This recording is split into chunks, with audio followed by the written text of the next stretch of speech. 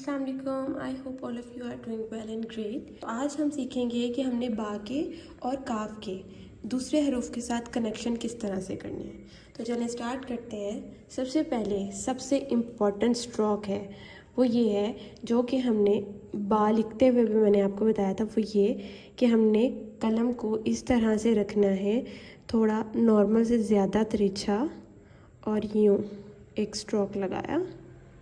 ठीक है, ये हमने एक स्ट्रोक लगाया है। ठीक है, उसके बाद हम इसको एज इट इज़ इसके ऊपर से ही हमने यहाँ से ही कलम को लेके जाना है, यूँ इस साइड को, और ये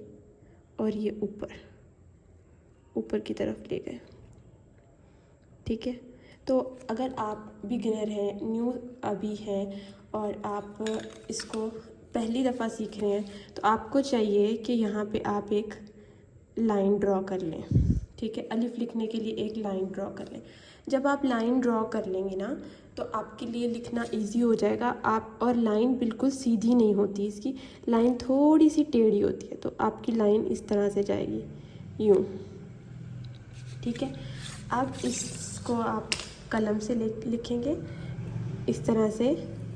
ये वाली चीज़ आपने यहाँ से पकड़ के ऊपर ले जानी, और आप चाहें तो ये ऊपर से नीचे को भी लिख सकते हैं और नीचे से ऊपर को भी लिख सकते हैं। ठीक है, यूँ इस तरह से।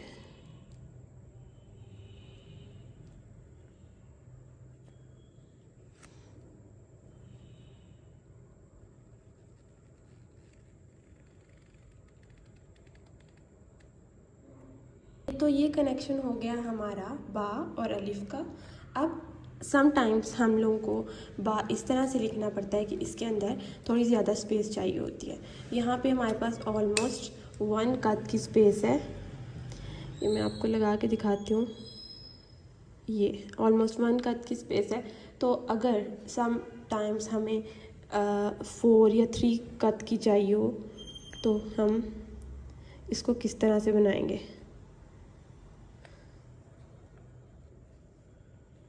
हम 3 कद की ले लेते हैं।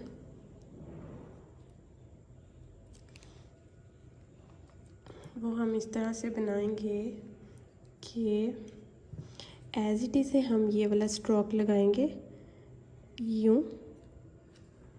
ठीक है, उसके बाद इसको पकड़ा और यूँ, और ये ऐसे ही हम, जैसे मैंने पहले आपको बताया, ऐसे ही हम इसको ऊपर ले जाएंगे।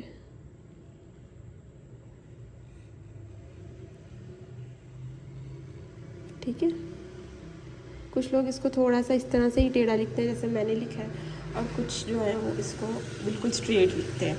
तो मैंने आपको दोनों तरह से लिख के दिखा दिया है। ठीक है, इसके अलावा एक कनेक्शन होता है बा और बा का, दोनों का एक साथ। बा को हमने किसी और बा, ता या इस तरह से किसी के साथ बनाना हो, तो हम उसको इस तरह से कनेक्ट करेंगे कि एज इट इज़ यही स्ट्रोक हम लगाएंगे पहले, लाइक दिस। ठीक है, और फिर हम यहाँ से ही पकड़ेंगे और इसको यूँ ऊपर ले जाएंगे।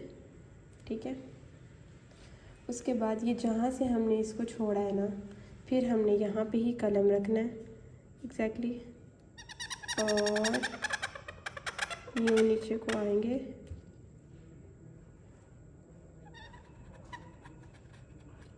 और यहाँ से थोड़ा सा स्ट्रेट जाएंगे और फिर ये ऊपर।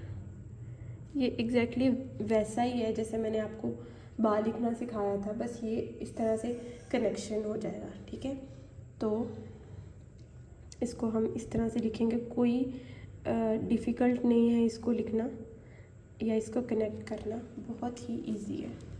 ठीक है, इसके अलावा एक और होता है,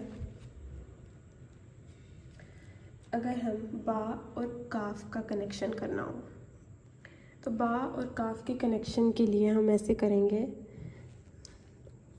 इसी तरह यही स्ट्रोक लगाएंगे पहले ये वाला, फिर इसको इस तरह से और इसको यूँ ऊपर लेके जाएंगे,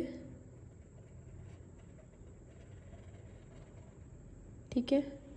और यहाँ से पकड़ेंगे और यूँ स्ट्रेट थोड़ा सा, और फिर हम इसको अपवर्ड को मूव कर देंगे। तो ये बा और काफ बन गया।